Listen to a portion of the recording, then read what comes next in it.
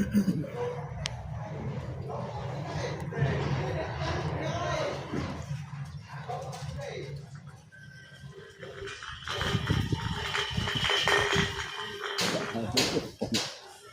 là trong mặt hay là trong óc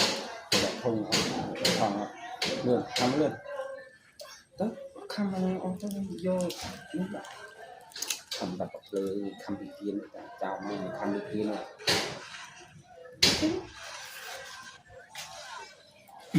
con giờ đã nông bê cái nông